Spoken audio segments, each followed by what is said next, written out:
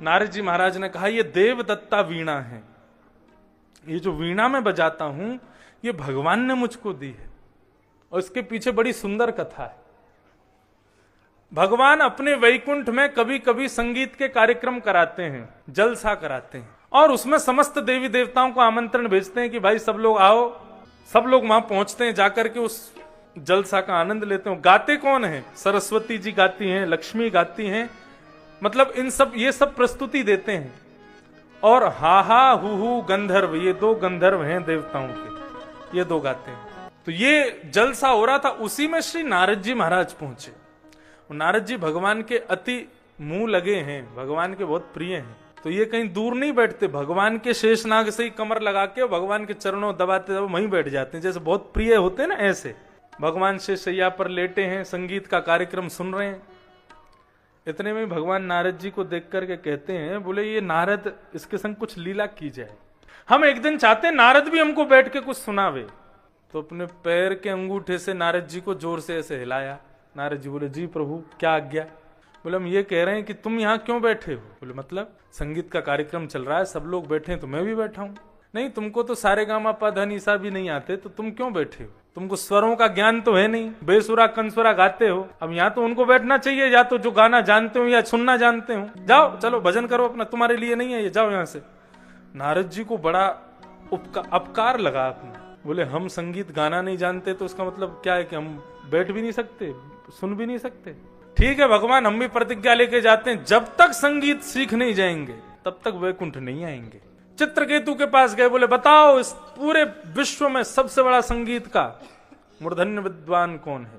वो सबसे बड़े संगीत के ज्ञाता भगवान शिव हैं, लेकिन वे अभी 2000 वर्ष के लिए समाधि में हैं, अभी तो सीख नहीं पाओगे। तो किसके पास जाया जाए? उनके बाद हिमालय पर एक उल्लू बैठा है, वो बहुत अच्छा संगीत का ज्ञाता है, यदि तुम्हें मिल जाए तो उससे संगीत सीख लो। कड़ाके की सर्दी पड़ रही है, बर्फ में धंसते हुए नारद जी महाराज हिमालय पर पहुंचे। वहां पर एक उनको विलक्षण उल्लू दिखा, जो राग भीम पलासी अलाप रहा था। और उसके स्वर को सुनकर के नारद जी बोले, वाह भाई, इसी से सीखना है। तो वो उल्लू ऊपर बैठा बैठा डाल पर, उसने 2000 वर्ष तक नारद जी को संगीत की विद्या दी। जब 2000 वर्ष पूरे हो गए, नारद जी महाराज वहां से सीधे गए कैलाश। कैलाश में जाकर के देखा भगवान शिव समाधिस्थ से निवृत्त हो गए। तो शंकर जी से संगीत सीखा। शंकर जी से सीखने के बाद में अब नारद जी को लगा कि हमसे बड़ा विद्वान अब कोई नहीं। और अब क्या करना है? बोले कि सरस्वती और हा हा हु गंधर्व, इन्हीं को परास्त करना है मेरे को। अब ये जब उनके अंदर भावना ईर्ष्या की उत्पन्न हुई तो भगवान को अच्छा नहीं लगा। नारद जी महाराज वैकुंठ की ओर जा रहे थे, तभी बीच में एक सुंदर सा नगर पड़ा जो पहले कभी नहीं पड़ा था। नारद जी बोले, ये नगर तो हमने कभी नहीं देखा।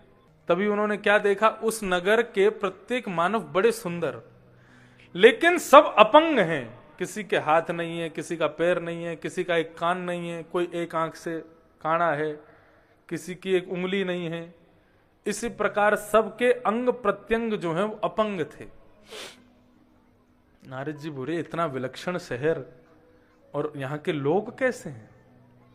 किसी को रोक करके बोले, भैया जय श्री कृष्ण, ये कौन सा नगर है और आप सब कौन हैं? तो उसने कहा, ये स्वर मंडल इस नगर का नाम है, और हम सब संगीत की राग रागनियां हैं। मैं राग यमन हूं, ये राग भैरव है, डोल्लो का राग भैरवी है, ये कौन है? ये चारुकेसी है। ये सारे राग रागनियां घूम रहे हैं। बोले, अच्छा राग रागनियां है तो फिर अपंग क्यों हैं? हाथ पैर क्यों टूटे हैं? उन्होंने कहा, आप क्या बताएं, एक नया नया गायक हुआ है, वो हमको ऐसा तोड़ मरोड़ करके गाता है कि उसकी गायन शैली से हम सबके हाथ पांव टूट गए। नारद जी बोले, ऐसा कौन सा गायक है? बोले, उसका नाम है नारद। हम सब उसी को खोज रहे हैं, जिस दिन मिल जाएगा उस दिन उसको छोड़ेंगे नहीं। उसने हमारे हाथ पांव तोड़ के रख दिए हैं। अब तो नारद जी महाराज घबराए, हृदय में जो ईर्ष्या प्रकट हुई थी वो दूर हो गई। अब सीधे गए स्वर्ग में, हा हा हु गंधर्व को प्रणाम करके कहा कि अब आप ही मुझे संगीत की विद्या दो। जब ये बात कही तो हा हा हु गंधर्व खड़े हो गए। बोले, नहीं प्रभु, आपसे बड़ा इस तीनों लोकों में संगीत का ज्ञाता कोई है ही नहीं। वो तो भगवान आपकी ईर्ष्या को दूर करवाना चाहते थे, इसलिए ये लीला कर रहे थे। अब भगवान ने केवल नारद जी के लिए एक कार्यक्रम रखा। सबसे पहली प्रस्तुति हाउ गंधर्व ने दी, फिर सरस्वती ने की, फिर लक्ष्मी ने की, और सबसे अंत में जैसे ही नारद जी महाराज मंच पर पधारे, भगवान शेष नाग सैया से उठ करके बैठ गए। पहली बार नारद जी गाने वाले हैं। जैसे ही नारद जी महाराज ने गाना प्रारंभ किया है, उनके सुंदर स्वर को सुनकर के भगवान रोक नहीं पाए और शेष शैया पर ही खड़े होकर के भुजा उठा करके नृत्य करने लगे। क्या गा रहे हैं नारद जी? भजो रे मन गोविंद गोपाला, भजो रे मन गोविंद गोपाला, हे गौरे मन गोविंद गोपाला, गौरे मन गोविंद गोपाला, हे भजो रे मन गोविंद गोपाला। ऐसा स्वर गाया महाराज। भगवान सोचने लगे मैं क्या दूं, मुझे कुछ देना है, नारद को उपहार देना है। तभी महाराज सरस्वती अपनी वीणा लेकर के आई। सरस्वती जी की वीणा साधारण नहीं है, उस वीणा में भी सृजन और संहार की सामर्थ्य है। यदि सरस्वती जी गंभीर राग बजा दें तो पूरे विश्व का संहार हो सकता है, और सरस्वती जी प्रेम राग बजा दें तो विश्व बन भी सकता है। वो संहार और विनाश का भी कारक है वो वीणा ला करके भगवान को प्रदान की, और भगवान ने वही वीणा प्रेम प्रसन्न होकर के नारद जी महाराज को अर्पित करके अपने हृदय से श्री नारद जी को लगा दिया। बोलो भक्त वत्सल भगवान। नारद जी महाराज बोले ये देव दत्ता वीणा है, इससे मैं ठाकुर जी को रिझाने के लिए सुंदर स्वर प्रकट करता हूं, गाता हूं, आनंद करता हूं।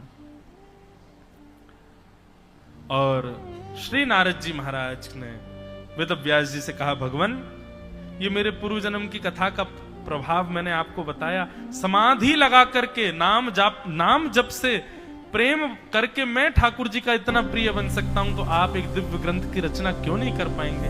आप समाधि लगाओ। और श्री वेद व्यास जी महाराज समाधिस्थ हुए।